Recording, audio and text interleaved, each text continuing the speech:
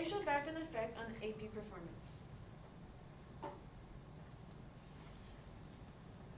According to this chart in 2013, you can see that American Indian, Asian, Black, and Hispanic Latino students were the most underperformed and underrepresented population of students when it came to the graduating class and AP exam takers. Nationwide, minority students struggle in the advanced placement program, which raises our question. Since the 2000s, to what extent does the student's racial background have a negative impact on the AP performance of students? Good morning, I'm Fernanda Martinez. I'm Jessamine Diaz. Ashton Adamic. I'm Zara Chowdhury. I'm Aliyah Saeed, and today we'll be talking about our argument of how minority students face a disadvantage in the advanced placement program. To start off, minority students in urban cities are scoring lower in AP exams because they are facing a lack of access to the AP program. Researchers claim that magnet schools promote AP participation among white students but reduce participation among college-bound Black students.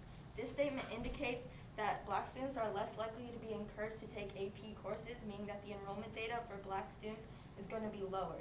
This affects the overall performance that they do in the AP program. Researchers also claim that the enrollment data continue to indicate limited access to AP courses for African American and Hispanic students. This statement indicates that African American and Hispanic students are explicitly underrepresented when it comes to the AP program. This butchers their overall academic success performance. Another claim of ours is that minority students are not receiving adequate preparation in order to succeed in the AP exam. Low performances on AP exams indicate that many high potential teachers and students are not receiving adequate preparation for the rigors of an AP course. Many teachers aren't receiving the training needed in order to give the right curriculum and lessons to minority students taking their AP classes. If these teachers were given the correct trainings and higher level trainings, they might give the correct lessons and curriculum to those students that aren't passing AP exams. Minority student socioeconomic status is an enormous variable that supplies various factors that influence their academic achievement.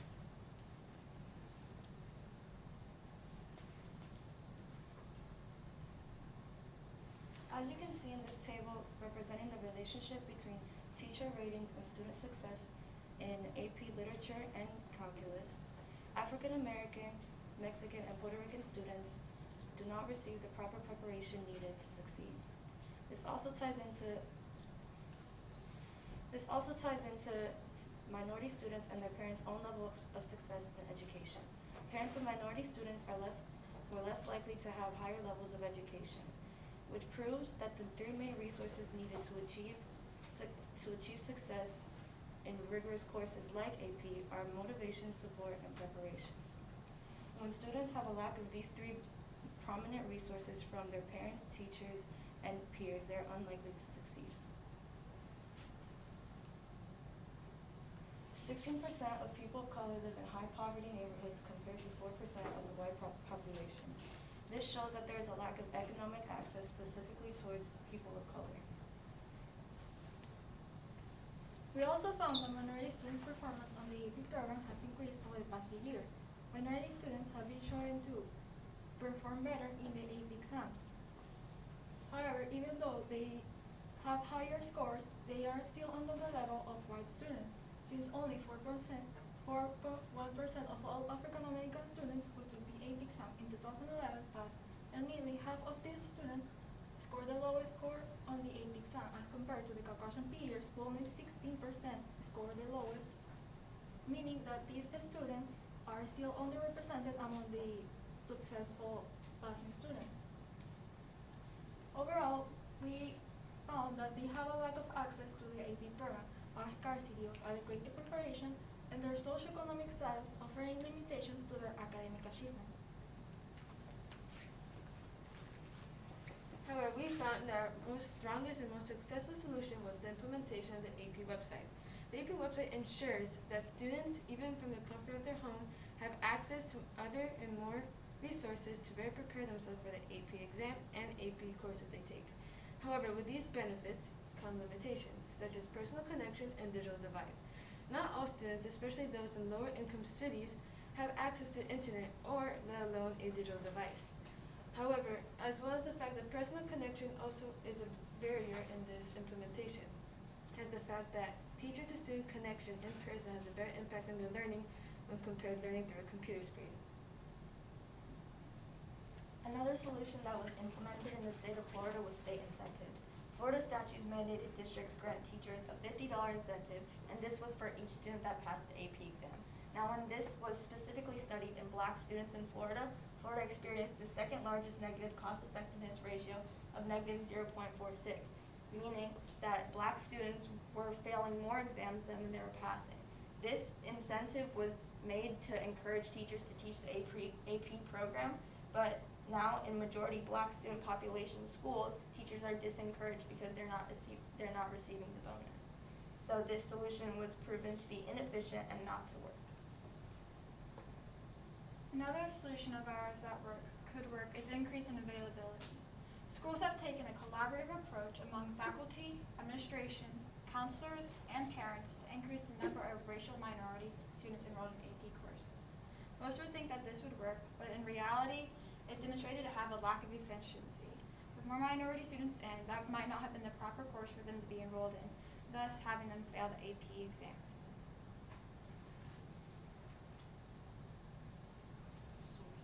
These are our sources, and thank you. All right, you guys would take one step forward and slide together.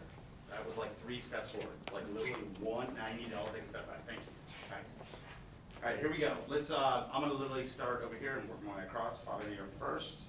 Describe how the content of the team presentation changed as a result of your group discussions. At first, our topic was based on the school founding, but we didn't find any actual evidence that supported our argument, so we decided to change it to minority students, which we saw a topic that we actually relate to and have more things to say. Thank you. Next up, let's see.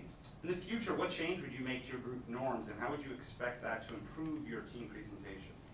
In the future, I would definitely make sure to have better time management, as well as the fact, make sure that we set deadlines in a better schedule. And I will also try to fix communication, especially like meeting up more times after school so we can better prepare ourselves. And I think this would definitely help our confidence and make sure we are like 100% confident when preparing and presenting our presentation. All right, thank you. Ash. Reflecting on the work of the people in your group, which one had the greatest impact to you for your understanding of the problem? I feel like Jessamines had the most impact on me for the problem because she included the economic status, which ties in with being a minority student, with being an immigrant. So I thought that helped me understand it more than I originally did. All right. Zara, what way did you improve your ability to work with a group as a result of this? I improved my ability to work with a group by tying in everybody's information into mine as well. So we all collaboratively worked as a team to create our claims and our evidence. Okay. And Jess, now that you've finished your project, what, if anything, do you consider a gap in your team's research that if you addressed it, it would make the presentation that much better? I think I would have changed our counterclaim to something more stronger, like how the increase in availability for the student, how the increase in availability does not mean that there is an increase in minority students' participation.